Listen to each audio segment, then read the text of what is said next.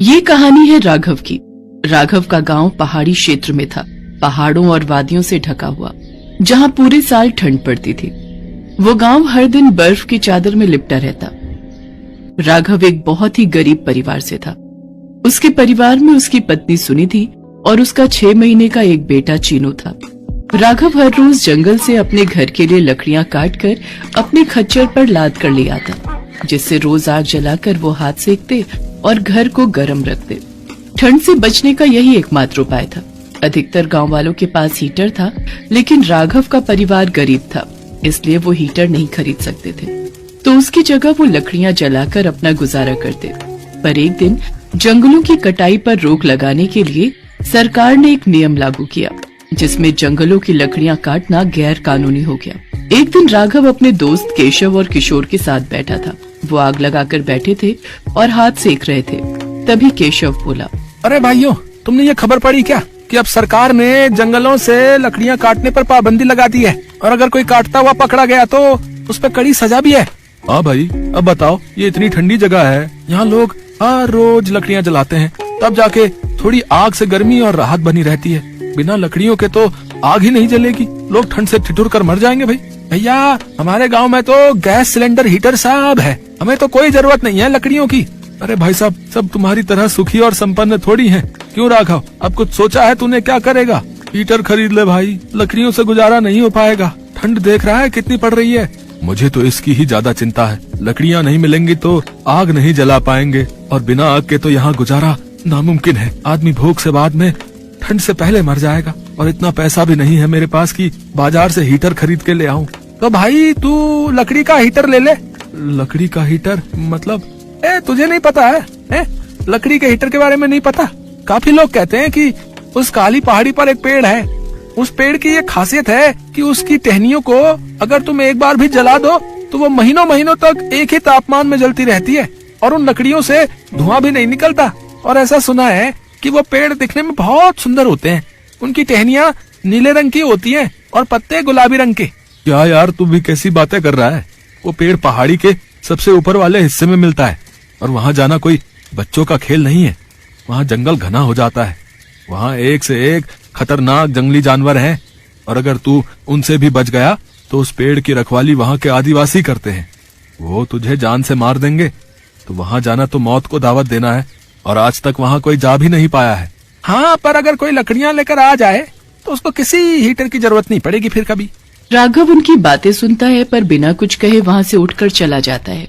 घर की तरफ जाते जाते राघव अपने दोस्तों की बातें सोचता हुआ जाता है।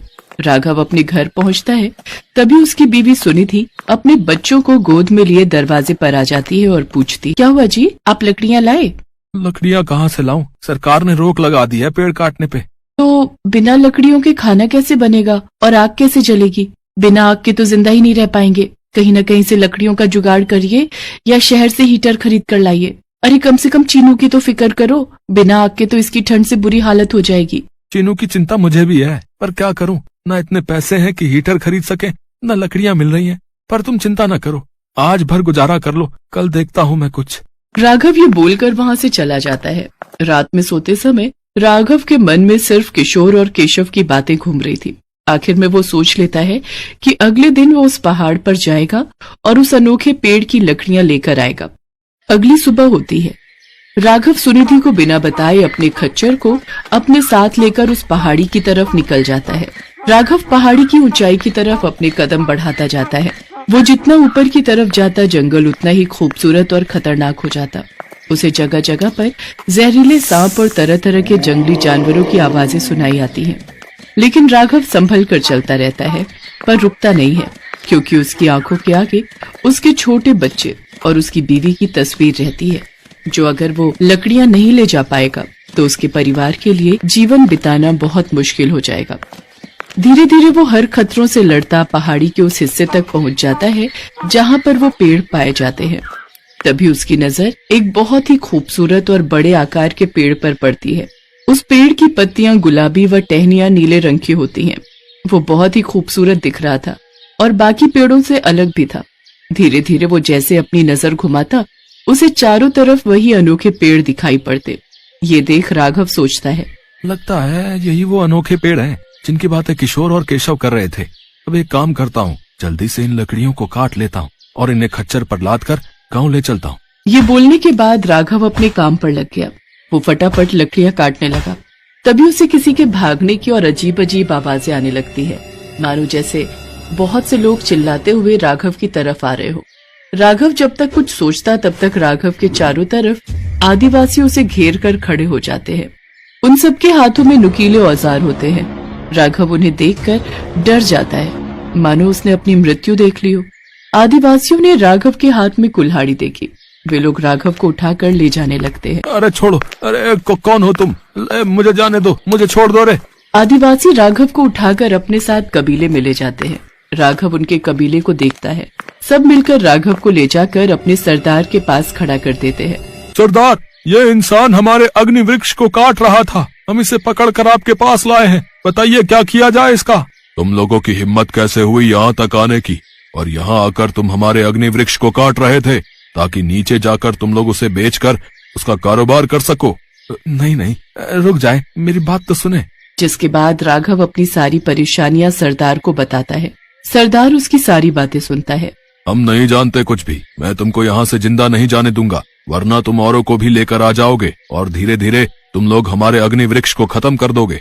नहीं, मुझे सिर्फ अपने परिवार को जिंदा रखने के लिए लकड़ियाँ चाहिए। ये पेड़ हमारे जीने का आधार है, इसी की वजह से हम लोग जिंदा हैं। यहाँ पूरे साल बर्फ पड़ती है, सूखी लकड़ियाँ मिलना मुश्किल हो जाता है। हमारे पास आग जलाने का कोई साधन नहीं है। बड़ी मुश्किल से हम पत्थर से आग जलाते हैं। अगर ये पेड़ तुम लोगों की नजर में आ जाएगा तो तुम लोग इसका गलत इस्तेमाल करोगे। अभी राघव कुछ सोचता है और फिर बोलता है, अगर मैं आपको आग जलाने का एक आसान तरीका दे दूं तो?